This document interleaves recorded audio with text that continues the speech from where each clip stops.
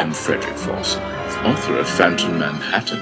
What's going on, reviewer? Why have you brought us to this place? He has been brought down here to answer for his crimes against literature. I have committed no crime. Phantom of Manhattan is a crime. Oh, where do I even start? Well, as Julie Andrews once said, let's start at the very beginning. First of all, look at the cover. Does this say Phantom Story to you? Looks more like an American werewolf in New York. Now, before we even get to this bucket of monkey's anal waste that is this story, we have to read the author's introduction, and I have never seen such condescending garbage in all my life. It's like Forsythe is shooting himself in the foot before he even starts his piece of crap sequel, by angering his core audience, the Phantom fans. I mean, think about it. You're writing a book that's a sequel to the Phantom of the Opera novel, so who's your target audience? Well, considering it's a book, maybe your target audience is the people who have read the original book? So why devote the first few pages of your sequel to insulting the original novel and its author, Gaston Leroux? Forsythe says that the basic idea is brilliant, but the way poor Gaston tells it is a mess. Then he bitches about the fact that Leroux claims that every word is true, and then Forsythe tries to prove that it couldn't be true due to mistakes he makes with dates, and oh, the opera wouldn't have had electric lights until much later, and all kinds of other insignificant nitpicks. But later on, it's like Forsythe actually believes that the story is true. Like at one point he's saying, why couldn't Leroux have checked all this out with Raoul? You mean Raoul that's a fictional character? Does he really fall for Leroux's joke? Is he sucking furious? And later on he claims that the Persian's account can be disregarded as unreliable. The Persian is a fictional character. Anyway, apart from all that confusion, Forsythe then goes on to make the most ridiculous claim that Leroux, in documenting this life story, got all his facts wrong. Right, first of all, this is not a true story. It's a work of fiction, a story, a myth, a legend. It's a legend. It doesn't exist. Right, Ted. The way the Phantom of the Opera doesn't exist. The Phantom of the Opera doesn't exist! So, this being a work of freaking fiction, it's impossible for the author to write it wrong. But no, according to Forsythe, Leroux appears to have made an error with the position, appearance and intelligence of Madame Giry, an error corrected in the Lloyd Webber musical. Listen, Forsythe, if Leroux wrote the character, he can't have made an error with the character that he created out of his imagination. Does not compute, Forsythe, does not compute. Of course, the reason for all this Leroux slander is because the Andrew Lloyd Webber musical has a different storyline and characters from the original novel. Forsythe wanted to do a sequel to the musical rather than the book, which is fine, but rather than just saying so, he tries to make out that the book never happened or somewhere wrong. That's the most retarded thing I've ever heard from a supposedly well-respected author.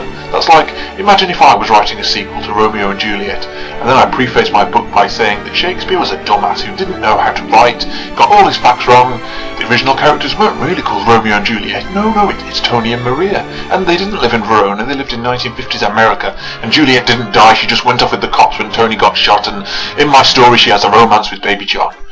Yeah, and Forsythe's sequel to Phantom makes about as much sense. Oh, for goodness sake, stop going on about this damned introduction. I wrote what I wrote. Deal with it. You're quite right, dear boy. I really have to get out of this introduction or I'm just going to be here all day because it makes me so damn angry. So let's see if the actual book is any better. We don't hold out much hope. Now, any half-decent writer knows that you have to capture the reader's attention straight away, so what exciting incident explodes from the first paragraph? Well, old Madame Giry staring at a crack in her ceiling, watching a spider making a web. Hold on tight, boys, you're in for a heck of a thrill ride with the master of action, Fredrick Forsythe. So, anyway, Madame Giry is dying of old age or something, even though she's barely 60, and is currently lying on her deathbed. Now, I'm confused. This chapter's called The Confession of Antoinette Gurian, so I thought she was writing this all down and that's what I'm reading. But no, halfway through we get a load of dialogue, although it's pretty hard to tell because Forsythe doesn't see fit to put any dialogue attribution in. You know, simple things like he said, she said, you know, just to make it easy for the reader, just so we know who's saying what. But no, we're left to guess. I mean, when did this simple convenience become unfashionable? I've seen this sort of thing in other books like Angela's Ashes and more recently The Road by Cormac McCarthy, but there it's so well written you can easily follow it. But in this, sometimes you've got 3 or 4 people talking all at once, and without the dialogue attribution you haven't a clue who's saying what, so why do you do that? It's so damn lazy. You'd be amazed at how many pages all those little he said and she said take up. Time is money, dear boy. Anyway, Guri tells us that everyone got it wrong about the Phantom, and he wasn't a bad person at all. He was just a little cuddle bunny who never did anything wrong. Oh, apart from those murders. But no, he didn't really kill people, he was just misunderstood. Apparently Joseph Bouquet wasn't murdered, but killed himself because he was depressed. Oh really? Just like in the Lloyd Webber version, which is meant to be gospel truth according to Forsythe. Oh, and as for that fat oaf Piangi, Eric just meant to keep him quiet. He didn't mean to strangle him to death. Yeah, really. And what about the murder of Philippe? Oh, of course, sorry, silly me, that didn't happen, did it? LaRue must have made a mistake about that. There was no such person because he wasn't in the musical, was he? So obviously if he wasn't in the musical, he didn't exist. Anyway, on to chapter 2, which is actually the only one I kind of enjoyed. It charts the Phantom's rags to riches tale.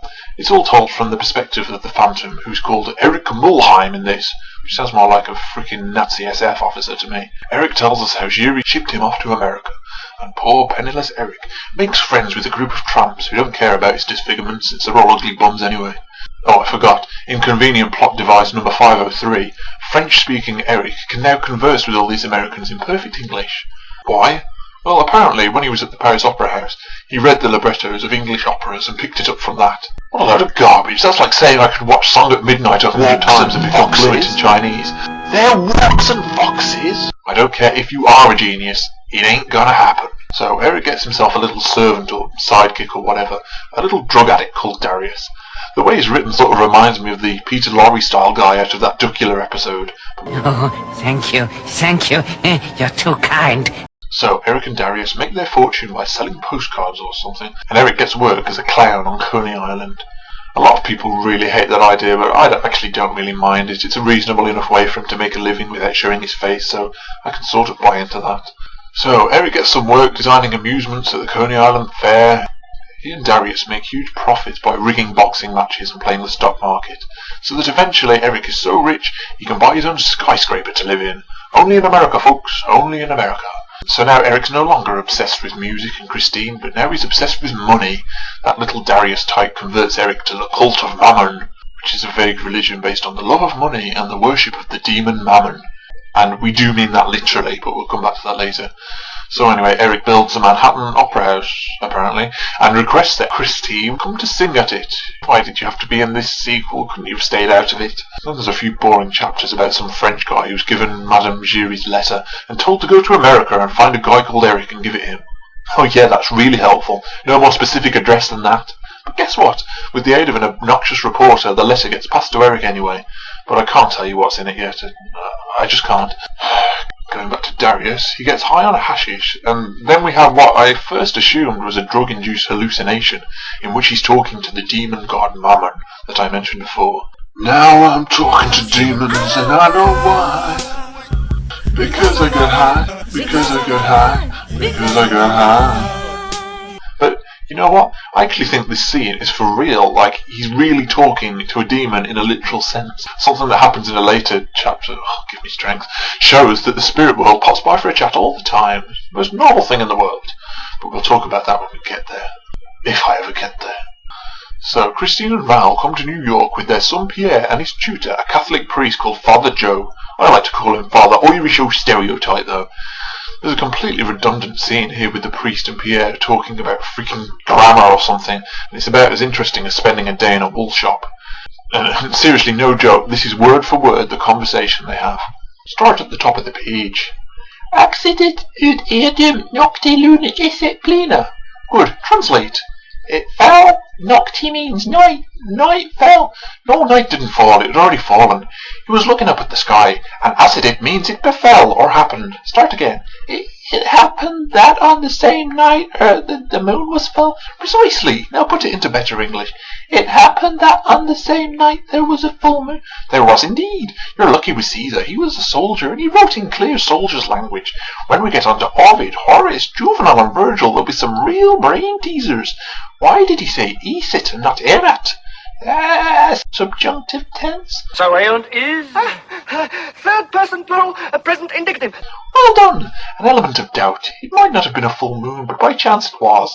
So the subjunctive. What the flaming ostriches does this have to do with anything? Seriously. I mean, it just goes on for pages and pages. What the hell? What the French toast is it there for? I can't remember. I was high at the time.